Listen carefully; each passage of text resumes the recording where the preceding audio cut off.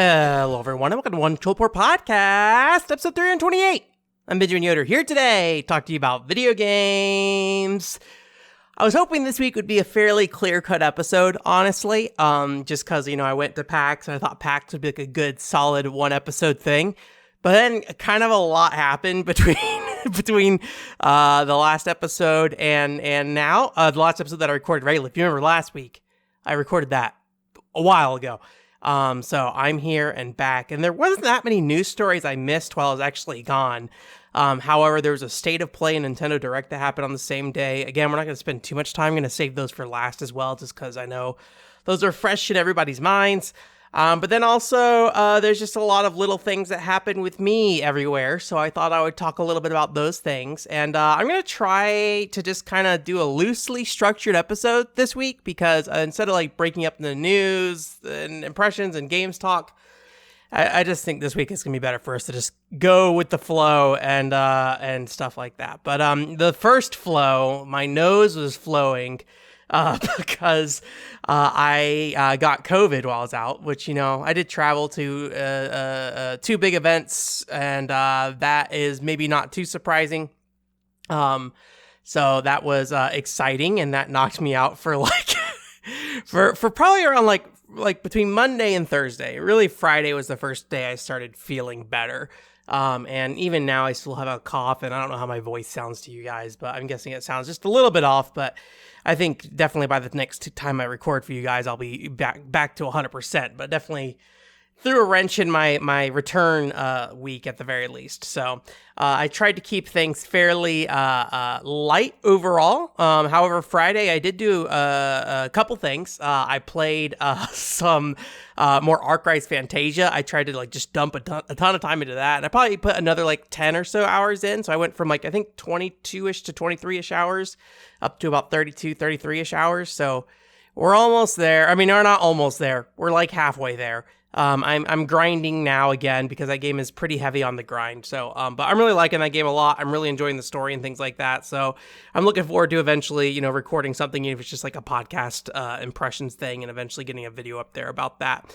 I don't think it would be something that I would do like a scripted video for. I mean, I never know a lot of times, so we'll see what happens, but I'd say probably unlikely. The other thing I did was I played some more Final Fantasy XI. I got my very first Dunes party, which if you don't know anything about Final Fantasy XI, the Valkyrie Dunes are these dunes that you go to, and it's kind of the first part of the game that you're expected to work with other people. I mean, you definitely can do it earlier than that, but despite, Final Fantasy XI being a very, cooperation and party-oriented game, really the only time it starts really becoming beneficial is around the time you go to that area to go level. So I did that, and I formed my own party, which was a little scary because I didn't know what I was doing. It's been, probably a decade and a half since I made a party in Final Fantasy XI, right?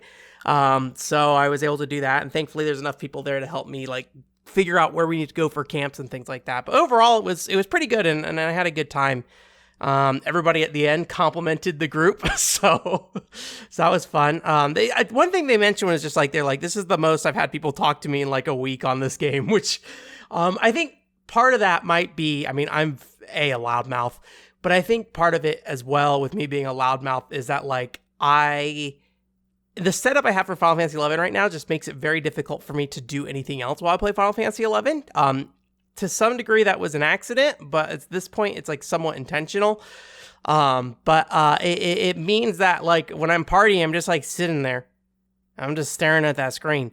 So I am the one who's going to talk because I'm just sitting there I don't know. I'm just thinking about what's next and things like that, and ask people thoughts hey, when did you guys end up playing this game, right? I mean, this is only really is a conversation probably for the first time I really party up, but just figuring out the different eras people played the game and stuff like that, which was kind of interesting. I didn't get a ton of details because honestly, Final Fantasy XI has a fairly not strict text limit, but they don't want you to dump a whole paragraph in the game, so they limit you down to maybe a sentence or two at most of the time. So But I just chatted about and it seemed like people appreciated that. So I don't know. It was a good time though. I had fun. And then I went over to the other like nation and stuff and started leveling there's a thing called sub jobs in Final Fantasy 11 where you can have a support job. So if you're a warrior and you want to like have some monk skills, you can set monk as your support job and get some of their abilities and things like that. So I went and started leveling a thief for now, although I might end up leveling monk as well, just because I realized thief probably isn't going to make a lot of sense at this point in the game, at least with how far I plan to take warrior for right now. So that was a good time. And yeah, we'll see how things continue to go with that. But that was my first successful party play on Horizon. That wasn't just a friend I already knew. So yeah, that was kind of exciting. So, but, oh, and I also played Jam with the Band on the plane, but I don't have a lot to say about that. I didn't end up playing it nearly enough to feel particularly good about talking about it. I'm on the fence of whether or not I'll continue to play it right now. I'm at the point where I think I would like to take a little bit of a break from Arc Rise Fantasia and play something that has a little bit more of a shorter loop to it. But the problem with Jam with the Band is I feel like that's a game that's asking for a lot of repetitive play. It's a rhythm game, but it's like a rhythm game that's built around rankings rather than like something with like novelty or story or things like that, right? Not like a Dog of Bay or something like that. So I ended up kind of thinking I'm going to probably just shove that to the side for now, maybe come back to it later, and maybe knock out some short Wii games that I've been like sitting on for a while, like the Barbie and the Three Musketeers and also the Transformers game and things like that. There's a bunch of games that are like just 2 to 3 hours long, and I could do it in an afternoon. I just haven't done it yet. So I might end up doing a little bit of that for a week or so before I jump back into Arc Rise Fantasia again. So anyways, that was what I ended up playing. I also did put out 2 pieces of content, although one I wrote a long time ago. I think I mentioned to you guys a couple weeks ago at the very least. I submitted an article to a magazine called Aporia, which is like a small independent video game magazine. And they accepted my post for that. So I was happy to get that in there, and they sent me the contributor copy, so I got that in the mail. I don't know if they're selling any more physical copies. I know they're like down to like the last 3 or so, but he doesn't make that many. I think it's like 10 or 15 copies he ends up making, so they don't sell out super fast. And unfortunately, I think this is the last issue that he's going to do for now. So I was glad I got in there at least for one of them. But yeah, I wrote an article that in the magazine is titled "How to Arm C4 Explosives and Massage Women with Motion Controls," which is my Call of Duty and Center Kagura Reflections motion control article. Basically talks about like Waggle and things like that and what that did to the Wii, and then like situations where when I kind of did the opposite of waggling and kind of over invested in the game's motion controls, how it improved the experience I had with like connecting with the game and things like that. So that's what that article's about. And so that's in there. When I put the post up notifying people on my website, when I started typing that title in, I was like, this is probably going to get me on a list. So I ultimately changed the title on my website. But in the article itself, it's still that. So hopefully it doesn't impact him at all. But that was what the article and the thing ended up being called. So that was kind of fun. So if you are interested in that, definitely go check that out. There's a few other articles in there about, there's like a Game Boy RPG in there. I think it's called Greed or something like that. And it's like somebody's fascination with like this one particular character in there. There's another article that was like for Iki, the like arcade farmer game thing. And kind of a little bit of their legacy and things like that. And there's also some art from like Elena. We did a podcast forever ago with Elena for Lost Kingdoms 2.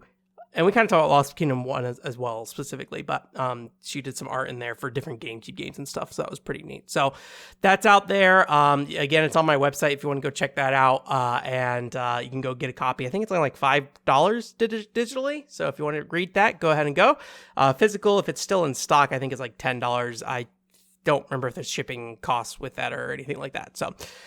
Anyways, that was neat, and I was happy to get that in there. I was looking around at maybe doing some other posts somewhere, but I haven't fully decided if I'm going to do that. One website I was looking at looked like a volunteer website kind of thing, so I would need to figure out, like, A, what would fit with them, B, what I want to spend time on, and C, making sure like I limit the time I spend on it, so I'm not spending a ton of time on it, especially as a volunteer thing. Things like that. So anyways, we'll see. I'm always thinking about doing more things, and, that doesn't always necessarily mean that will happen I've been thinking a lot about streaming again recently, but that doesn't mean it's going to happen. So yeah. The other thing I did, and I put this out, I actually finished up most of this work before I left for PAX, I think. And I put out a video called The Xeno Game for Everyone, Hackox. Which, if you don't know, Hackox is a puzzle game in Xenosaga Episode 3. So I made a video about that, how it's one of my favorite puzzle games. And I think there's a lot of reasons why it's one of my favorite puzzle games. And I think I generally kind of got to the point of like what makes Hackox work for me versus a lot of other puzzle games. So that is out, and I did pretty well for like, especially a Xeno video. If you don't know, Xeno videos on my channel do not particularly perform well. Most of the time, with the exception of Xenoblade Chronicles 3, they kind of, I'd say, like maybe get like 50 views, and then they kind of die out, and then they very slowly build up views from there. I think my old Xenoblade Chronicles 2 review still is only like 100-something views, but I mean, that's an old video. So anyways, but yeah, it is not a topic that is very hot on my channel, which is why I probably always kind of hesitantly talk about it. And they get a lot of dislikes a lot of times. So, but yeah, this video turned out pretty well, and it didn't get a ton of traffic, but it got like 150 to 200 views for the first like 48 to 72-ish hours. And it was like a consistent climb was the big thing. That was the big thing I was looking at. I was like, this is still going around, which is really nice. So, we'll see if it actually succeeds. I mean, a lot of that stuff, it's hard to know like what the long-term run will be, right? Usually stuff that is like very focused around specific events just kind of have a quick burst, and then that's kind of it, and then they're done. But then when you have videos that kind of follow outside of that context, I feel like it's more of a slow burn, and generally is usually what ends up being the higher viewed videos on my channel, but they tend to take 3, 4, 5 years to get to the point that they're like at that level. So, I mean, like the Buddy Mission Bond video, I think is still at like a little over 1,000 or something like that. It's not very high last I remember checking it. So that's just how it is on this channel, though. I mean, we're writing like about puzzle games buried deep within the third entry of a JRPG that's known for being like incredibly dense and obtuse, right? So like I'm not doing myself any favors with these topics that I choose. So, but I got some really nice thumbnail art from Cargadon, and commissioned her for that. So that was very exciting as well. So if you want to go check that out, that is up. Again, you can just go to the website. It will be there. And yeah, so that's kind of what I ended up doing in my time since I got back, or right before as well. But otherwise, just been like COVID recovery for the most part, and just like trying to deal. I feel like while like I have felt more sick in my life, I don't know if I've ever felt more winded in my life while I was sick, which was kind of interesting, because it was like I would just kind of get up and like not have the energy to do anything. So a lot of times I feel like when I'm sick, I usually end up working through it, and I just had a really hard time with this. There's one day that I did like a few hours, 4 hours just of work, but ended up just kind of like feeling really gross after it. So anyways, we're going to go through some of the stuff that I did at like PAX and things like that, and we'll just kind of go through that. I'm going to mix in some random other things in here as well. Occasionally, I'll let you know when that happens. But yeah, I went to PAX as my very first PAX. That was interesting, which is more or less just, big game convention kind of thing. The closest thing I've ever been to is GameStop Expo, probably, and that was like in 2017 or something like that. I think it was like Yakuza 6 was coming out or something like that. But anyways, so I went there, and there's not a lot to say about the event itself. I feel like it's just, I mean, I mostly just went around and played demos. There wasn't like, I mean, there's like panels and things like that, but the couple I went to, they filled up on. It was a very busy show. So most of what I did during the event was do just various game demos and things like that. So I'm just going to go through a handful of these. Dragon Quest Infinity Strash was there at the Square Enix booth. I think the only thing that demo really did was just kind of like put the final nail in the coffin for that for me. I don't know. I just don't find like anything interesting about the game. And while the combat feels like fine and dandy, it doesn't feel any way like unique enough for me to care about for the most part. I'm not saying I wouldn't enjoy it if I played it. It's just not really on my like interest level anymore. So at this point, Infinity Strash is off the books. of my interest unless like way down the line I find it super cheap and like feel up for it. But I have Dragon Quest Treasures that I still have not played, and that would be like significantly more interesting to me to go play at this point. I went and played Project Anomaly. This is a like Yokai Watch camera game kind of thing. A yokai camera game where you like go around town and you like solve mysteries, but you use like a camera to take pictures of different yokai and talk to them and like solve little cases and things like that. I thought it was like really cute. It has this like kind of like spooky ghost kind of thing to it, but all of them always have like, not always, but like a lot of them in the demo at the very least typically have kind of like a fun side to that character and things like that. Like maybe the most visibly like notable thing of like how this works is like there's that girl from The Ring or whatever, the like girl with like the black hair that comes down, and she's like, I think she has like her mouth open, like teeth are showing and things like that, and they're sharp. And then I forget what you do, but when you like talk to her, she like just turns into like a anime girl, basically. And so it's like that kind of thing of like visually that's the most representative of how the character dynamics works. I feel like most of the time it's like all dialogue stuff, but every character tends to be a little bit more like fun and light going than you expect it to be. So that was kind of fun, just a little slow. And it was not really a great game to demo at PAX in my opinion. But I think the demo is available on Steam as well if you want to check that out. I played Ebenezer, The Invisible World. This is like I forget what Ebenezer's from. The Christmas Carol or something like that? I don't know. It's Ebenezer Scrooge guy. That guy. And like the ghosts or whatever. Anyways, so Ebenezer in the Invisible World is like a Castlevania kind of clone, and it feels a little bit more in line with that because I think aesthetically it has more of like that dark gothic kind of look to it when it comes to the background designs and things like that. But the characters themselves are a bit more colorful, I will say. It is kind of interesting, though, because basically the game has, like, ghost companions, basically. And those ghost companions give you different abilities and things like that. So, I didn't love it, but I do like the, like, Christmas aesthetic to it, which I appreciate. And the guy who was doing the demo seemed like a pretty cool guy, too. I don't know why I just brought him up, but he was there. He was doing the demo. So yeah, that's all I got to say about that. Prince of Persia, The Lost Crown. This was that 2D Prince of Persia game that got announced. It reminds me a ton of Castlevania. What's it called? Mirror of Fate? Is that what it's called on the 3DS? It very much feels like a game that's trying to create that kind of like character action, God of War, like, and Castlevania Lords of Shadow feeling in a 2D environment kind of thing. But the movement was really good. The combat felt really good. The game just moved really smoothly. I was playing the Switch version of it, and it played really well. So that game seems like really good overall. I don't think I'll play it. I don't have a lot of connection to the Prince of Persia world itself. I think I would rather play Prince of Persia 3D on the Dreamcast at this point if I was going to play Prince of Persia game.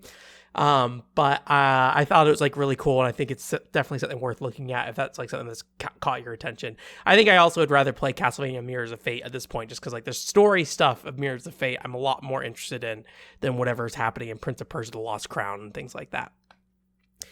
And maybe the last, maybe not the last actually, but I think the last one on this like list of individual games I'm just kind of jumping through here is Like a Dragon, The Man Who Erased His Name, which if you don't know is the Yakuza series. I wonder when I will get to the point where I don't have to sit there and say the Yakuza series. Maybe we're at that point and I just feel like I'm holding on still.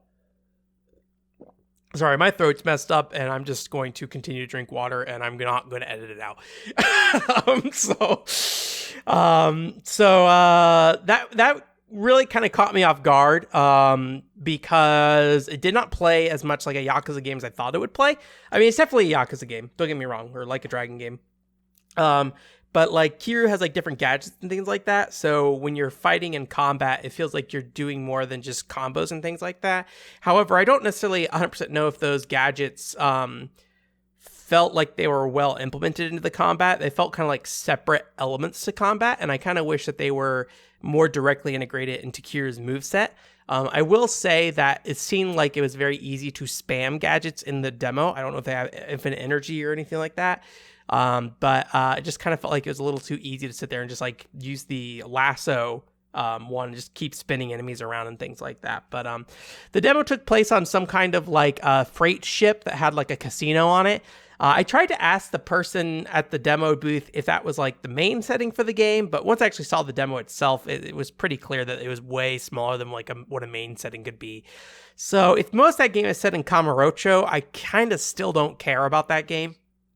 But at least the boat casino thing or whatever was like a fun environment, and that was like a fun place to look at that game. But I still need to understand more about that game before I have any real interest in it. But the reality is at this point, there's so many other Yakuza games I'd rather be playing that I probably won't actually get to this one ever. But hey, it caught my interest. I thought it looked neat. And if you are looking at modern Like a Dragon games that you want to play, it seems like it's going to have at least some interesting gimmicks compared to like the last Yakuza game that was like in that style, because Yakuza Like a Dragon or whatever is a RPG series now technically, as far as I can tell. So at least I think 8 is going to be doing the same thing. I'll be curious how long they stick with that format, if they stick with it long term, and how, I don't know how the fans reacted to that or not, if that impacted sales at all or anything like that. So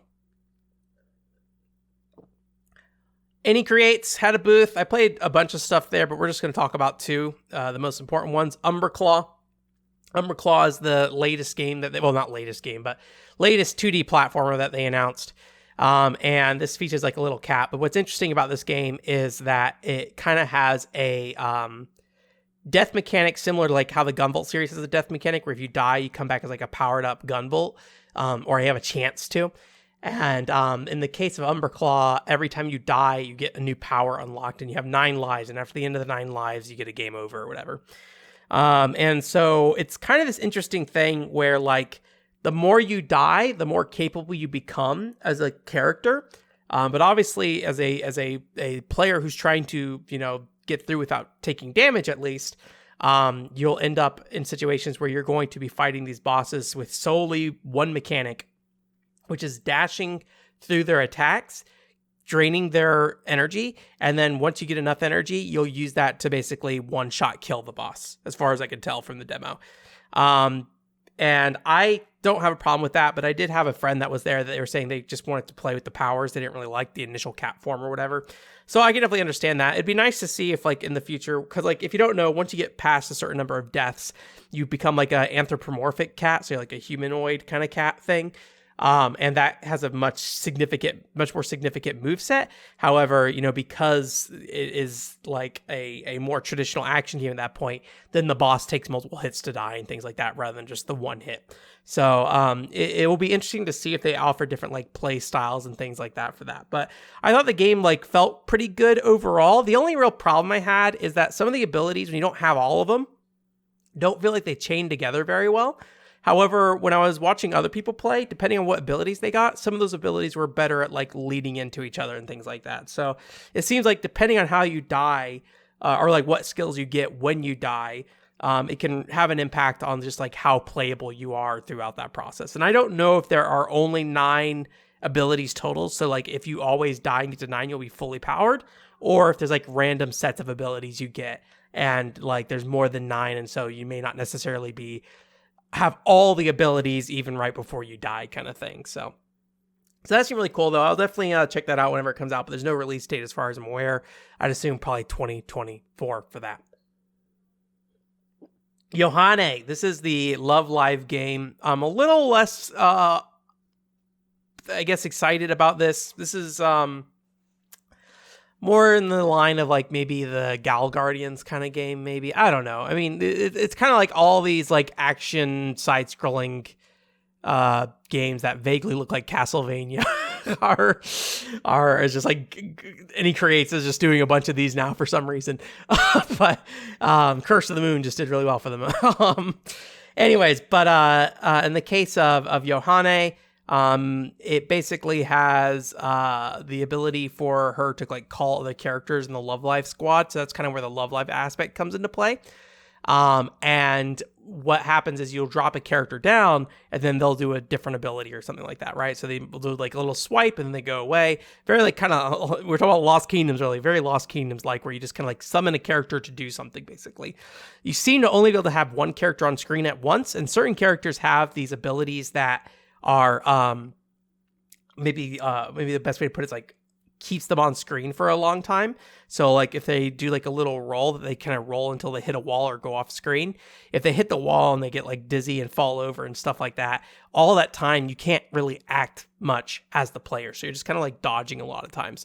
So it's this kind of weird dynamic where you are using skills, and some of these skills require you to be up fairly close, but you're really mostly dodging as a player. You're not really doing a lot of attacks on your own. You do have like a R trigger move that you can do. And in the case of the demo, it's just like a giant axe that would come down. But it really seemed like your companions were going to be the main moveset there. I think they opened up the menu when I was there, and it was only about, I'm trying to think, it might just be a direction on the D-pad for each character. So it's up and then also like diagonal. So how many inputs is that? That's like 8. So I think it's like 8 characters that were mapped to that menu. I don't know if that's the maximum number of characters that are in that game or not. There was like a thank you screen that had like a whole list of characters on it. I don't have it up in front of me, so I don't know if that's the only sets of characters in there. But I am curious about it. It's just a very slow feeling game. The slide on the ground feels a little weird as well. I don't know. There's a lot of things about the game that I don't necessarily know I like that much. But aesthetically, it looks okay. So I don't know. It is definitely on the lower end of interest for me when it comes to Gunvolt or any creates in the games they're making. But it's not. I'm not entirely disinterested in it. So I may eventually get it. It just might be further down the line instead of immediately here kind of thing. So I did buy Galgun Double Peace when I was there. Not Double Peace. Galgun Returns, which is the remake of the original Galgun. After the whole Valkyrie Chronicles 4 discussion I had about the Summer Beach episode thing and like trying to be a little bit more accepting of that stuff in my own personal life and things like that, I decided Galgun would be maybe another good place to go look for that kind of thing. And I have always wanted to get around to trying Galgun at some point. I don't have a strong, or maybe I should say a positive opinion on it. Not so much because of the whole like thematic thing of it, of like, going around and, if you don't know, Galgun is a game that's like, I don't know, vaguely horny is probably the right word. But it is like going around and like shooting high school girls with like pheromone guns, and you're like trying to keep them away from you so you can go find your true love or whatever. But it is the Double Peace one that I played on PS4 briefly when I played the demo they had at PRGE in like 2016. I thought it felt really slow, and I was not a huge fan of how it felt to play. So I can't remember for sure. I think Returns on Switch might have gyro controls. I don't 100% know if that's the case. But if that is on there, I'm going to utilize those, I think. So, but yeah, I picked that up and it wasn't that expensive. They sell at their booth just like Japanese copies of all their games. If you don't know, like any Creates games usually go through limited run games and things like that. And limited run games just doesn't like produce copies in like a very timely fashion, and often they'll I don't want to say underproduce, but usually those games will start getting more expensive over time, and so it's always just easier to get a Japanese copy, and any Create seems to be totally fine with you just buying their Japanese copy in the US basically. So I bought that, and so it should go ahead and load up the what's it called, English version on there as far as I can tell. So I talked to the CEO a little bit when he was there, Aizu, and my friend was talking to him, and I just kind of butted my nose in. I probably shouldn't have, but I kind of just butted my nose in. And I asked him about Any Creates licensed games. If you don't know, Any Creates previously used to do a lot more like licensed projects. I mean, Yohane is a licensed project as well. And technically Mega Man is a licensed project for them too. But, stuff like the Kaito Joker game we played on stream a while ago, the Power Rangers game on the Wii, things like that. And I just kind of asked him, like, what was his, and generally just like the team, if he had a sense of it, what were their favorite licensed games to basically work on, or what their favorite games were out of that bunch. And he said his favorite games out of the ones that they worked on that were licensed were the Shin-Chan games. He did not specify a specific game, but there's like a 3DS one, a GBA one, but all of them are kind of like side-scrolling 2D platformers. And he thinks those are the best ones they made out of those groups. And then he said the one that probably was the best for the company in terms of like, they generally have liked working on was the Naruto game. Which is like a super deformed Naruto game. And actually, Vink has had a copy on his website for a while, I'm pretty sure, or at least I seem to recall seeing it there before multiple times. And I had to order some stuff from Vink anyways because of the upcoming, I ordered the X68000 collection from Beep. So he's going to get that at some point, and I need to set up a box to get all my stuff shipped in. So I went ahead and ordered some stuff through that, and that was one of the things I threw on there. So but yeah, so that was like kind of interesting to hear about. And I ended up buying a Shin-Chan game on 3DS, I didn't buy. I asked Vink to look for it for me. I don't know if he's going to find it or not. We'll see. But it's not the Shin-Chan game that Any Creates worked on. I think this game looks way more interesting. So, but yeah. Anyways, so that was stuff I said with Aizu. Sorry, my brain's starting to wander. I still kind of just feel out of it. But we're moving on. We're getting there. Also not related to PAX, but Any Creates announced the Gunvolt rhythm game officially.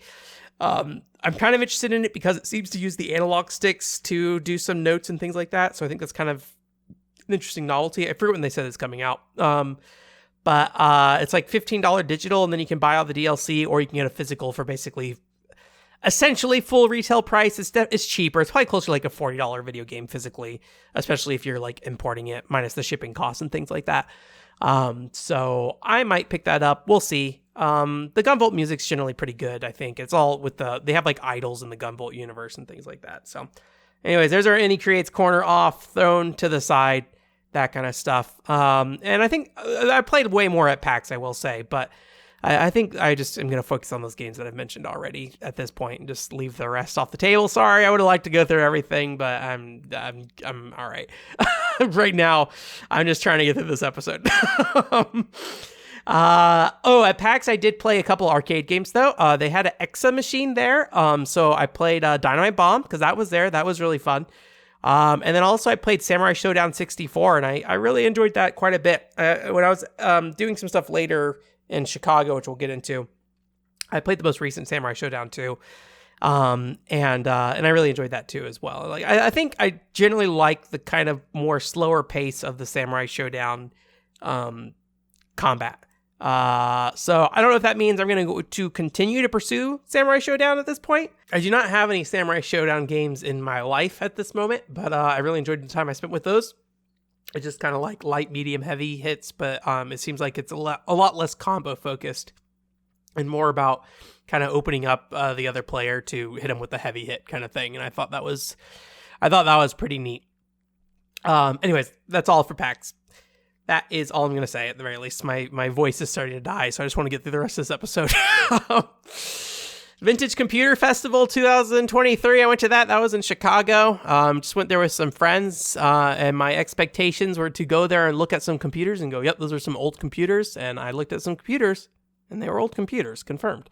I think the only thing that really stood out to me was just like somebody was like collecting weather broadcasting machines and things like that. And that's just one of those things I like would have never thought of to collect. So I think that's interesting because, they have to get up and running and figuring out how it works and things like that. I think that's the more interesting part of it, honestly, rather than just collecting them. It's just like buying these machines that have a very specialized purpose of displaying weather broadcast stuff. So that was kind of interesting. Somebody also had like some kind of like cable box thing, but I don't know exactly what it was. So let's not get into that because I don't even know how to begin describing what I was looking at with that. I mean, I know, I'm shutting up. So that's really all I have to say about that. It was a cool show overall, minus probably giving me COVID at that show. LRG, Lazy Game Reviewer, LGR. He was there, and he also got COVID apparently. So very fun times. I'm sure there are people at PAX that got COVID as well.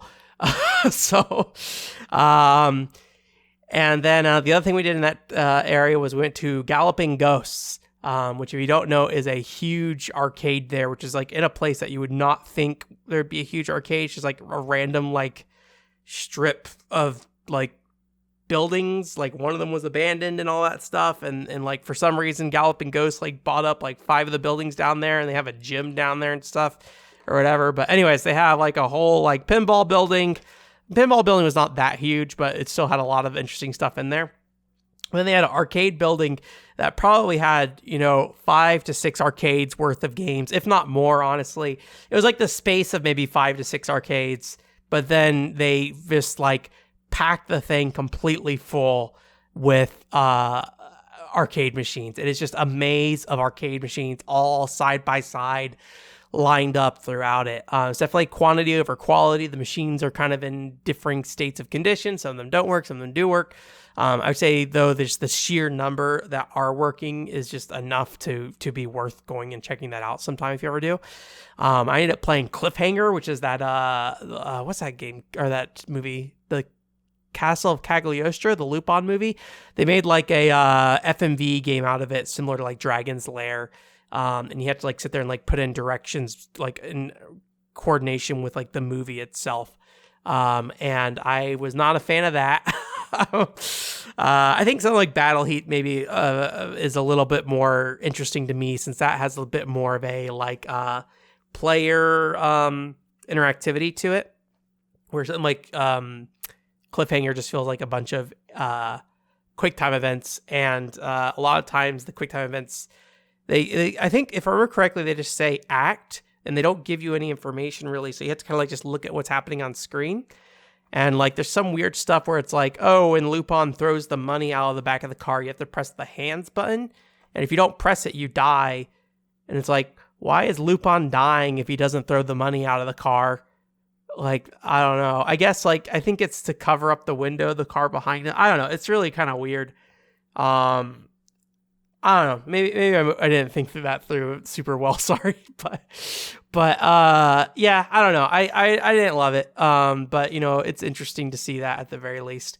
I also played Gaiopolis, which is like kind of like a isometric D&D style game. Or at least to me, reminded me a lot of the Capcom Dungeons and Dragons games. I thought that was kind of fun. It's a Konami game.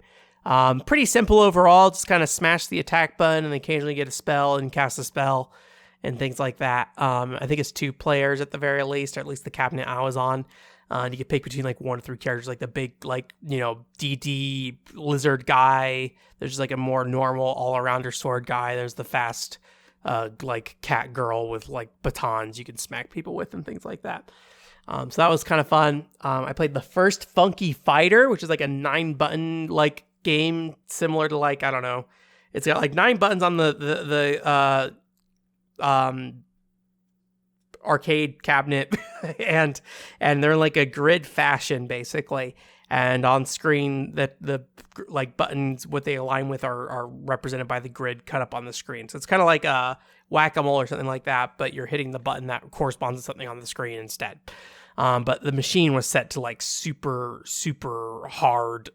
So I tried to get through the first stage and couldn't get through it. So I don't know, maybe I'm just bad, but it seemed like it was really, really stringent with the timing and making sure you're basically acting almost immediately to get past that first stage. So I think the machine might have just been set to a hard setting though, personally. I also played Zwackery, which is a little like wizard game where you have like a dial, and that like determines like where you point your sword out, and you can walk around and like walk into people and things like that. It's kind of a weird control scheme. It kind of reminds me a little bit of like Die by the Sword on the PC, if you remember that. That's that Treyarch game where you use a mouse or joystick to move sword around in like full 3D.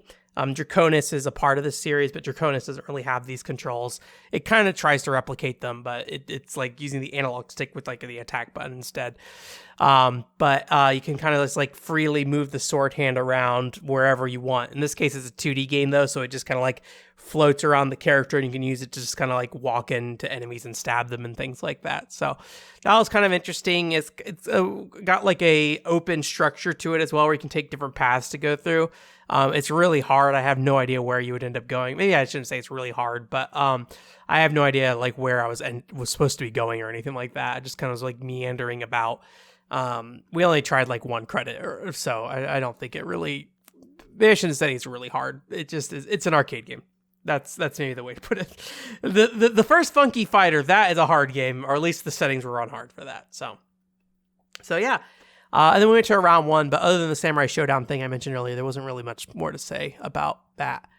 And then also, I went to a Dave & Buster's as well, because I messed up my flight time and was flying out way later in the day than I should have been. And I didn't have like a car or anything like that. So I just sat at the Dave & Buster's for most of the day. I played through all of Minecraft Dungeons, or maybe I shouldn't say all of Minecraft Dungeons, but I did kind of the standard playthrough of an arcade session of that. What that means is basically in Minecraft Dungeons, you have a bunch of different places you can choose, dungeons you can play on, and then as you play through dungeons, you unlock more areas you can go to until you unlock the final area, which is like the underworld area, where you fight like a behemoth head kind of thing. So the reason I wanted to play this is because, I like card RPGs and things like that in the arcade. And this is one of the handful of Western ones out there that you can play, and it has a more of a long-term kind of equipment aspect to the game itself, where when you play the game, you're getting little cards that print out equipment. There is no account system. There is no character progression. It is entirely the equipment that you get dispensed out to you. I could not see anything on those cards from what I remember that like would say if a piece of equipment was better than another piece of equipment. It seemed more about personal preference of the different types of weapons you want to use in that game. But otherwise, it is, as far as more, just like an adaptation of the Minecraft Dungeons game on PC and Xbox, and I think it's on other platforms as well. Where you basically go and it's just a Minecraft-style dungeon crawler kind of thing. Pretty simple levels in the case of the arcade release, though. A lot of just like getting, funneled between different boxy rooms and things like that. You're just kind of killing the different waves of enemies on screen. And then how the equipment works in that game is that you start out with basically just a plain set of equipment. So you get like the standard sword, you get your naked armor or whatever, and then you also get a ranged a bow. And then as you kill enemies, you get these little green crystals that fill up the meter for each of your weapons that you equip. So once you scan the cards, it equips weapons. And if you don't have enough cards, they'll just randomly equip you with random stuff as well. But as you fill those meters up, it will go ahead and equip those special weapons on you. But once you use them, it begins to drain their energy. So it's basically like, here's your special power ability kind of thing that you're basically equipping to your character, and then otherwise normally just deal with the regular equipment when you're playing. And you can kind of like hold on to certain things. So like with the swords, you can like, as long as you don't use the sword, you can just hold on to your special sword, and then once you swipe, I think it starts to drain it. I think ranged weapons work a little differently, where you can use a ranged weapon and there's a like ammo amount with them, with the special ones, and so you can hold on to them as long as you want.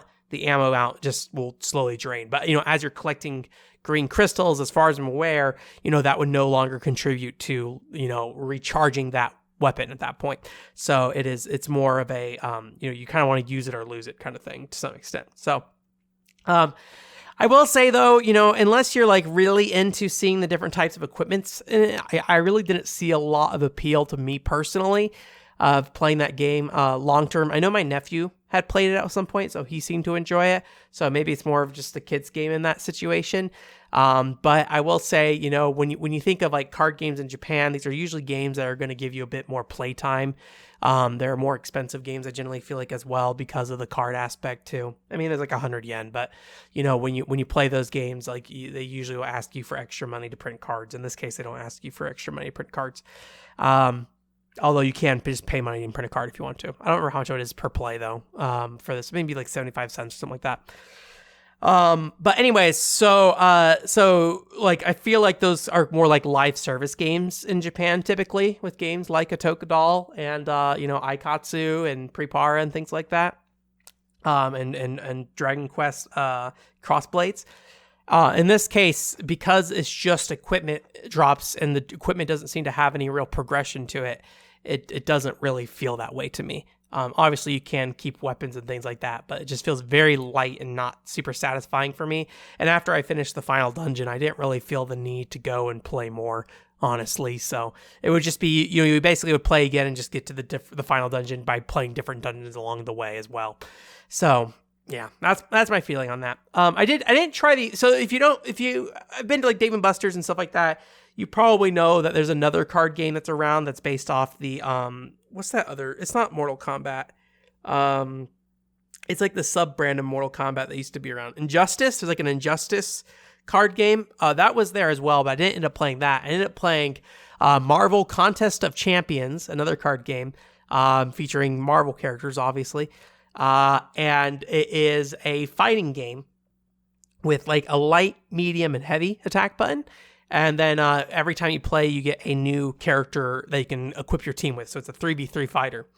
And that was kind of interesting. It is very simple in terms of gameplay. It is very much maybe closer to like what the Samurai Showdown is, honestly, of just like, using lights and mediums to try to open them up for heavies and things like that. There's like some special skills you get as well.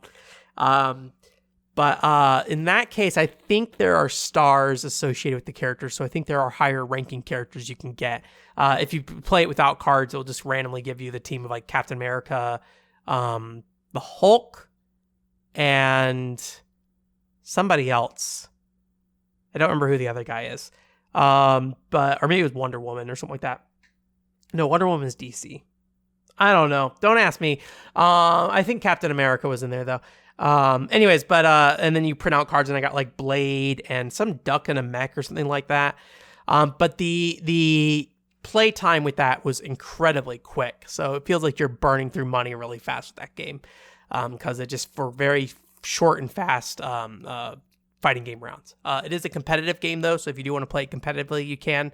But I just personally don't see a lot of value in that game as well. So I've been meaning to get around and play those games for a long time just to kind of give them a look and see, how they played. And, if it was something where like, if I really wanted to get that kind of card game experience here in the US, that I could do that with those games. But I think they just lack the, like account tracking systems and things like that to make them compelling for more than just, probably a play or two. I think the bigger thing, is just like with Captain America game or the Marvel game specifically is probably getting cards for characters. Like, I mean, again, they're not terrible games. I'm just not getting what I want out of them in those cases. So, there is a US version of the Dragon Ball Z card game that's on the Nintendo Switch. I didn't realize that for a long time, but I might end up checking that out at some point. So that's like one of the few cases. But I think I'd rather play through Dragon Quest Monster Battle Road because it's been sitting on my shelf over there for almost a year now, it feels like. And I'd really like to sit down and figure that out. Although I'll have to like pull up a Japanese wiki and try to play it that way because I don't know what any of the cards do in that game. So yeah. What time are we at? 48 minutes. All right, we're going to blast through some news stories here and try to wrap these up real quick. Baten Kaitos 1 and 2 came out. No physical in the US. I still need to order my copy. I started ordering mine, but ran into an issue. I'm not going to get into it. So rest in peace, but I'm glad that came out. People seem to be enjoying it. The port seems a little iffy at times, but overall seems to be a perfectly fine way to play that video game. And if you're wanting to play something in HD with like slightly touched up models and things like that, and with like, conveniences of modern RPG remake, things like speed up and things like that, all that seems to be there and fine. Most of the issues seem to be very minor and graphical mostly. Bloodstained is finally getting its last round of DLC. This includes Chaos Mode and Versus Mode. And also Classic 2, Dominique's Curse. Classic 2, Dominique's Curse is a sequel to the original Classic Mode. And that mode played more like a traditional Castlevania. I don't remember exactly where it kind of went mechanically, if it was like hardcore for only like, Castlevania 1. But Dominique 2, or Dominique Curse seems to be kind of in that same style. It looks kind of cute. But I will probably never play that. I am interested in playing the Boss Rush mode, which is the Chaos mode. That is a co-op online mode. So you basically go through dungeons or go through boss fights, and then also occasionally, or in between boss fights, rooms with like challenges in them.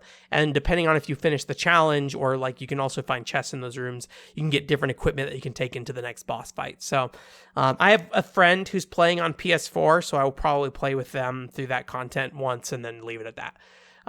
It would be nice to, be able to play the whole game on cooperative, but, I don't think we've had any Castlevania game or game like it really try to do it, at least without outside like the indie space. I mean, Dragon Marked for Death kind of fits in there a little bit, but not quite. So, but yeah, they said they're done with Bloodstained 1 content after this. So as long as it comes out this year, that means finally Bloodstained 1 will be completely wrapped up. So it just took them a very long time.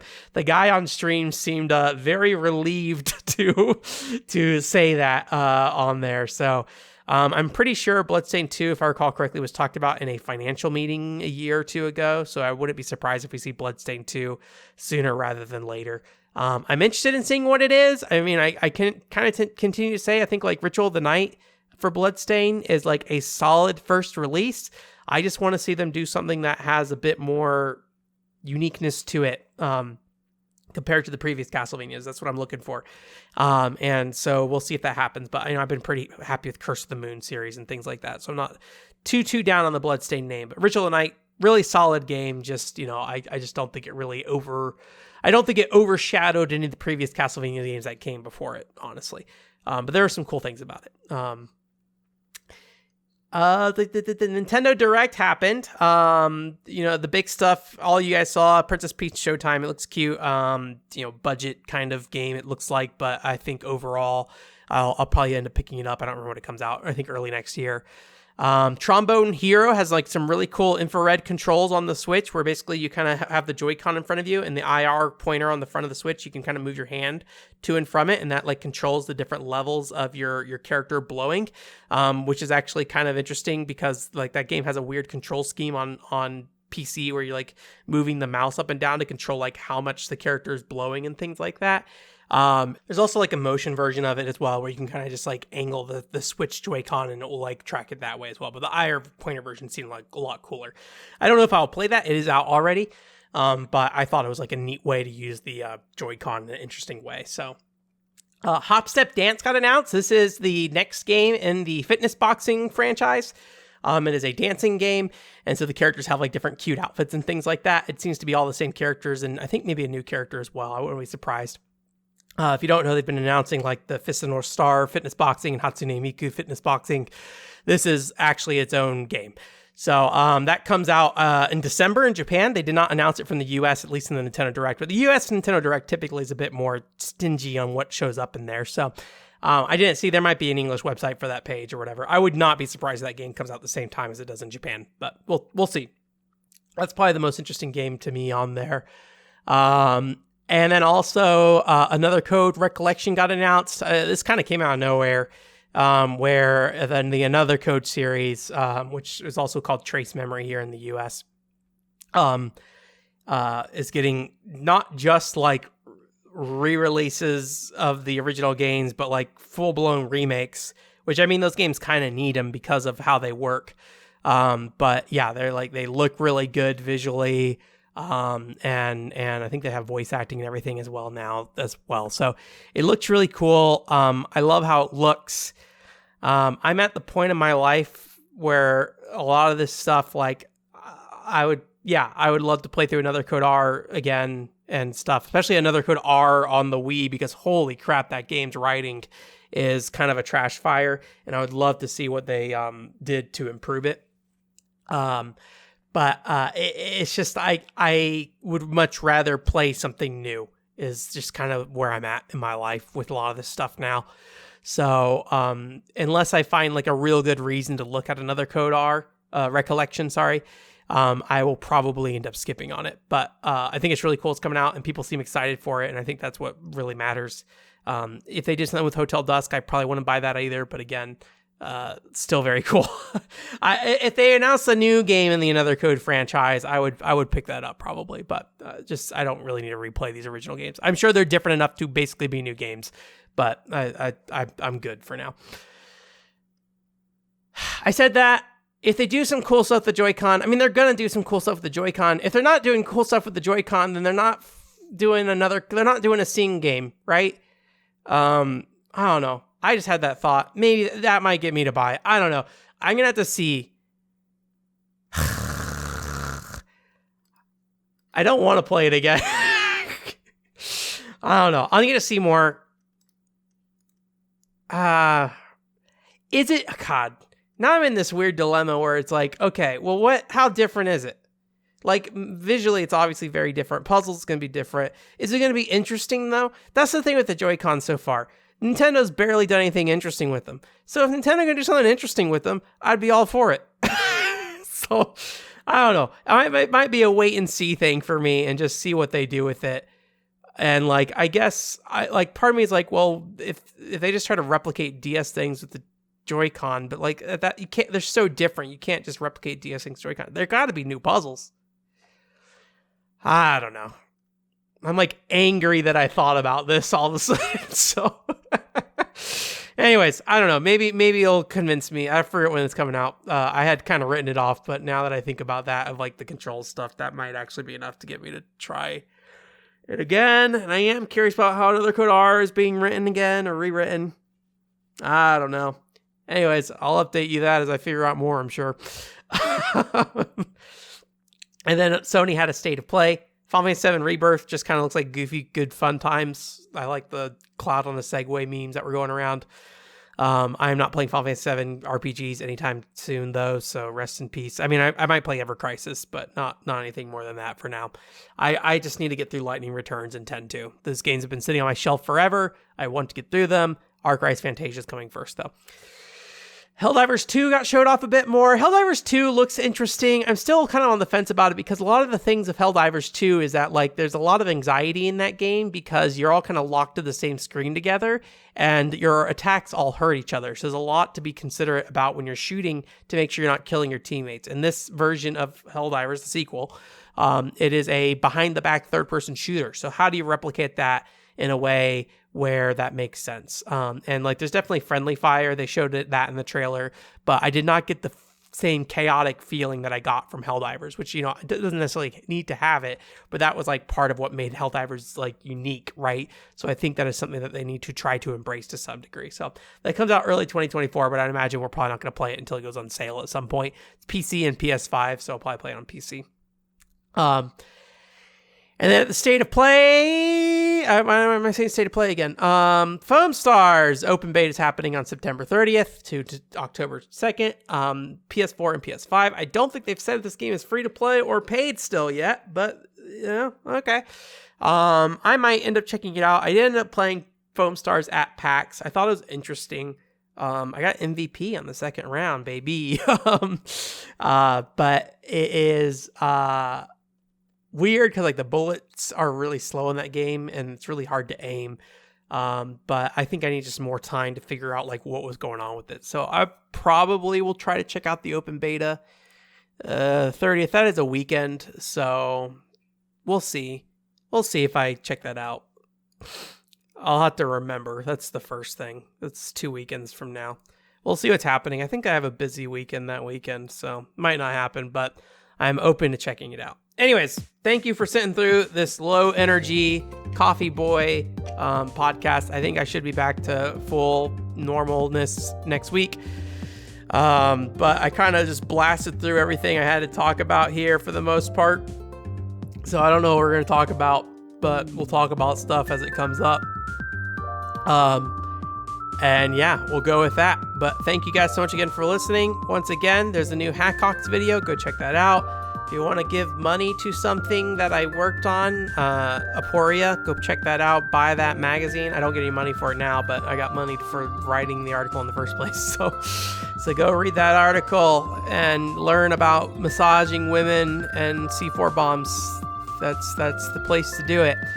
And then, yeah, I don't really have any other plans to talk about right now. I need to edit a PCFX fan club podcast thing here. So that should be coming up relatively soonish, but we'll see. We never know with that stuff because it is a slower process than usual because we're like hopping between 2 different people doing things. So, but yeah, that's that. I hope you guys have a great week. Don't get COVID. Bye.